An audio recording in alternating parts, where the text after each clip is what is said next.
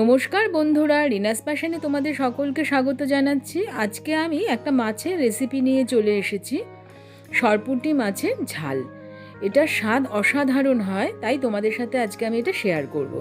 এটা গরম গরম ভাতে খেতে অসাধারণ লাগে, একটু তো ভাত বেশি খাওয়া হবেই।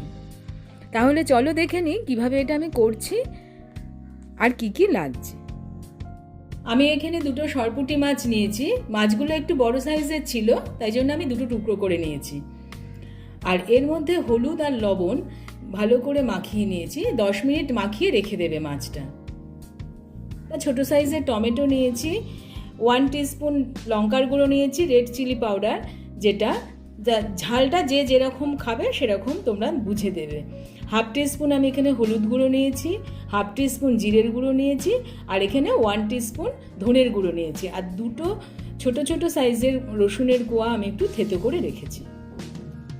2 টেবিল স্পুন সর্ষের গুঁড়ো নিয়েছি, সেটা জল দিয়ে ভিজিয়ে রেখেছি 10 মিনিট। আর কিছু ধনেপাতা নিয়েছি, সেগুলো কুচিয়ে রেখেছি। এবার আমি মাছটা ভাজবো। পরিমাণ মতো তেল দিয়ে দিয়েছি, তেলটা গরম হয়ে গেছে। এবার মাছগুলো আমি ছেড়ে দিচ্ছি।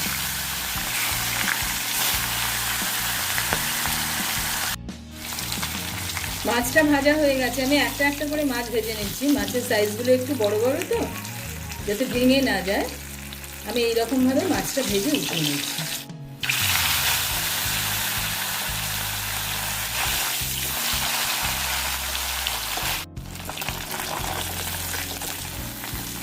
এই মাছটাও ভেজে উঠিয়ে নিচ্ছি। সব মাছগুলোই ভেজে আমি উঠিয়ে নিয়েছি। এই তেলে এবার আমি ফোড়নটা দেব। 1/2 টিস্পুন কালো জিরে দিচ্ছি, আর দুটো কাঁচা লঙ্কা দিয়ে দিচ্ছি। কাঁচা লঙ্কা ফোড়নের গন্ধটা কিন্তু ভীষণ সুন্দর হয়। আর যে রসুনটা রেখেছিলাম সেই রসুনটা দিয়ে দিলাম। 2 কোয়া রসুন। ফোড়নটা ভালোভাবে হয়ে গেছে, গন্ধটা খুব সুন্দর বেরিয়েছে। এবার আমি টমেটোগুলো দিয়ে দিচ্ছি। আর যে সমস্ত গুঁড়ো মশলাগুলো দিয়েছিলাম সেগুলো সব দিয়ে দিলাম। দিয়ে খুব অল্প করে জল দিয়ে দিচ্ছি, যাতে পুড়ে না যায়।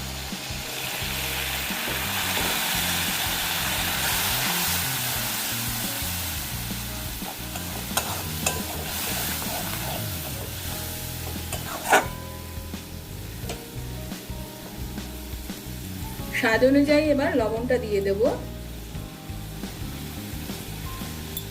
দিয়ে গ্যাসের ফ্লেমটা একদম লো করে দিয়েছি, যাতে টমেটোগুলো সেদ্ধ হয়ে যায়। 3-4 মিনিট পরে দেখো মশলাটা একদম পুরো ভালোভাবে কষে গেছে। এবার সর্ষে বাটাটা দিয়ে দিচ্ছি। যে সর্ষে বাটাটা আমি আস্তে আস্তে দিয়ে দিলাম। দিয়ে বাটি ধুয়ে, সর্ষের বাটিটা ধুয়ে একটু জলটাও দিয়ে দিচ্ছি।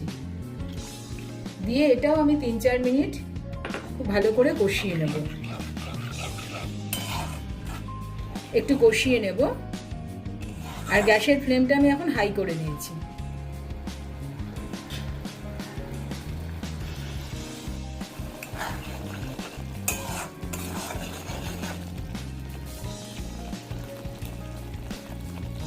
এরপরে 1/2 কাপ মতো জল দিচ্ছি।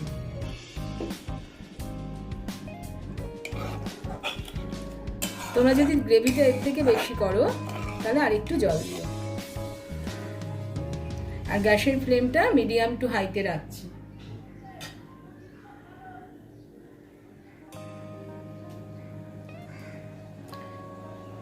গ্রেভিটা একটু ফুটে উঠলে তারপর আমি মাছগুলো দিয়ে দেবো। এবার আমি মাছগুলো দিয়ে দিচ্ছি।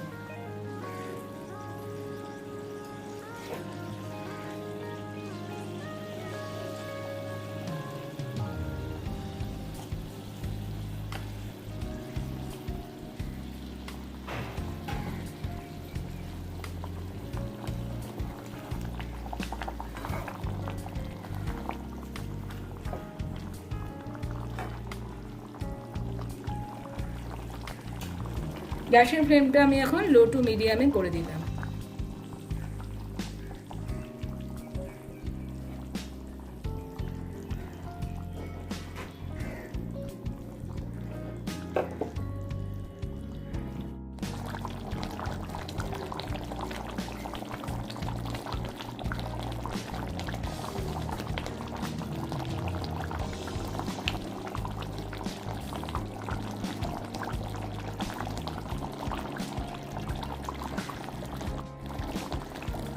এরপর আমি ধনেপাতাটা দিয়ে দিচ্ছি।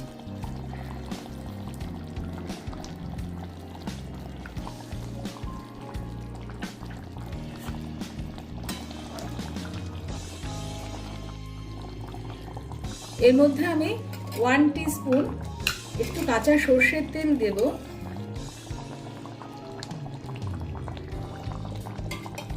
দিয়ে গ্যাসের ফ্লেমটা অফ করে দেব।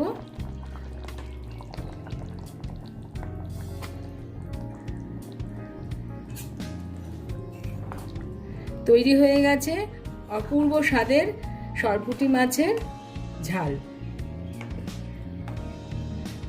কেমন লাগলো অবশ্যই জানিও কমেন্ট করে।